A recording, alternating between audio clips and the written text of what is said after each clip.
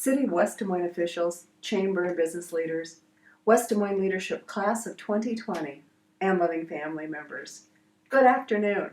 I'm Michelle Book, CEO of the Food Bank of Iowa. It's an honor to address this distinguished class of 2020. Congratulations!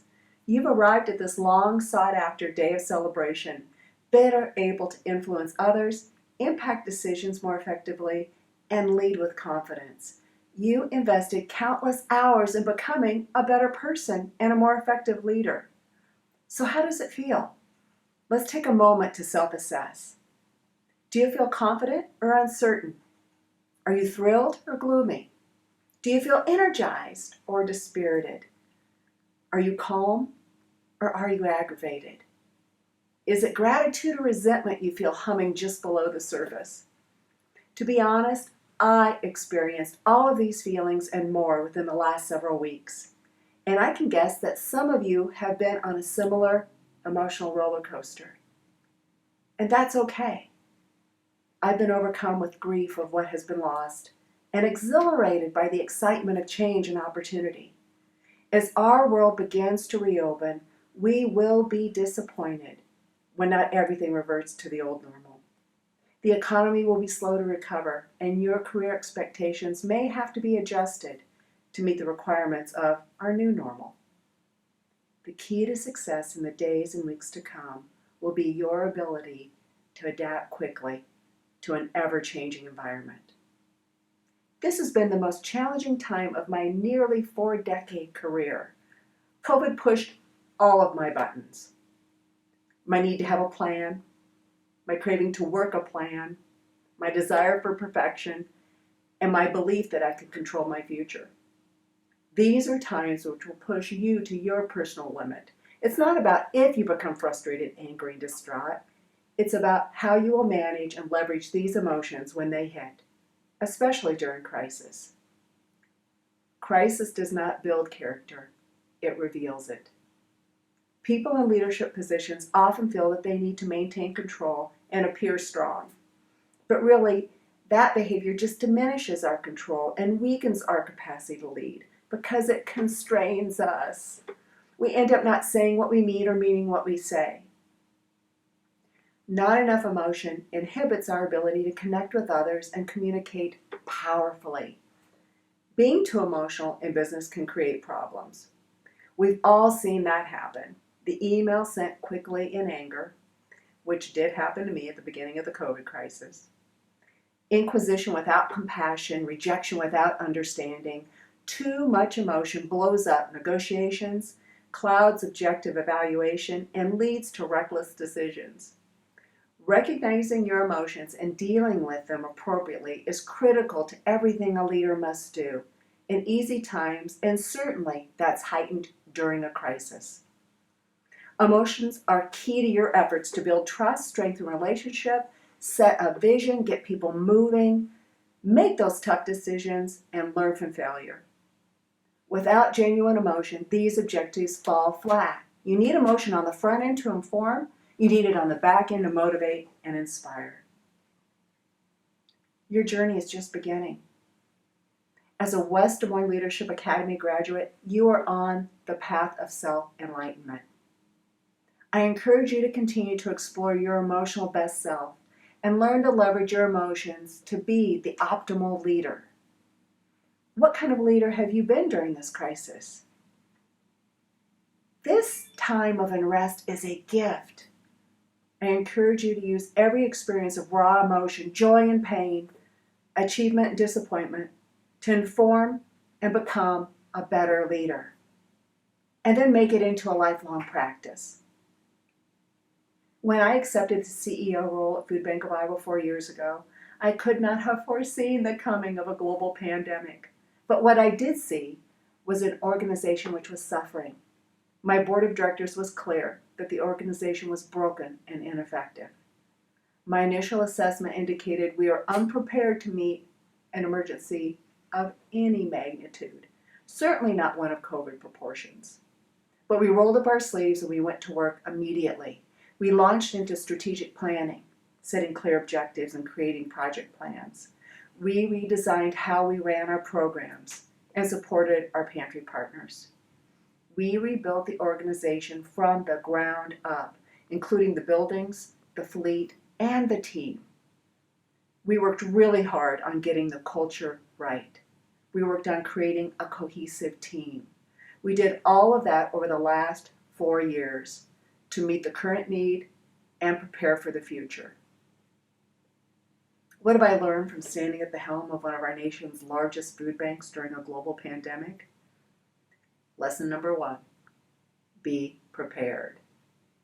I've always suffered from procrastination. Don't wait until your house is on fire to install smoke detectors. Be diligent about making sure your organization is ready to go. 1 year ago, Food Bank of Iowa completed a major renovation of the Des Moines facility, which tripled our capacity. A few months ago, we upgraded our volunteer center in Ottumwa. And just as COVID-19 struck, we were completing an overhaul of our fleet with 2 new trucks on their way to our distribution center in Iowa. Without these improvements, we would have been caught flat-footed. We would not have been in position to help the growing number of Iowans in need today. Lesson number 2, be quick. He who hesitates is lost. In the late afternoon hours of Friday the 13th, as reports of potential COVID closures were circulating in newsrooms across America, Emily Scher stayed late at the Food Bank of Iowa to place several large food orders.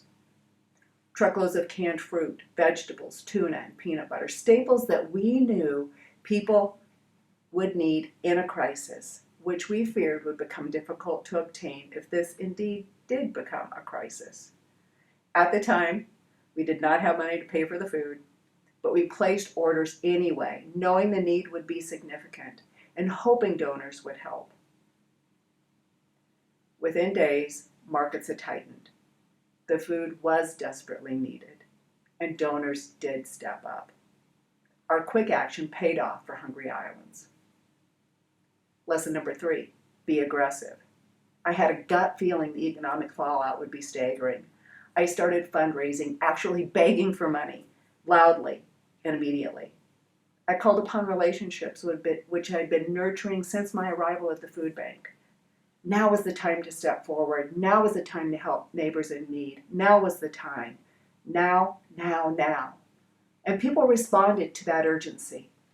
Convincing KCCI to stage a day-long fundraiser to benefit Food Bank of Iowa and hungry Iowans was a dream come true.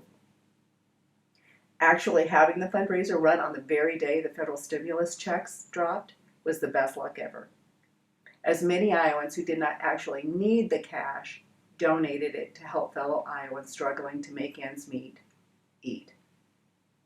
Lesson number 4, be honest. From the beginning, I pledged to keep employees informed.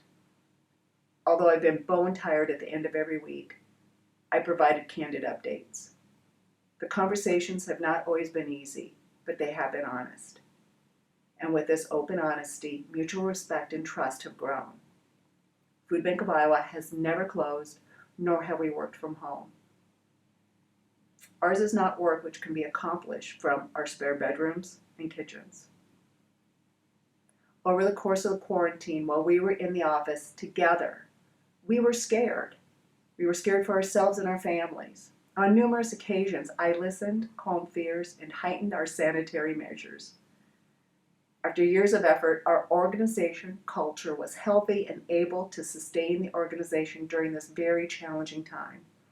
Building upon a healthy culture with transparency, the quarantine forged even stronger relationships within our organization, and we are unstoppable.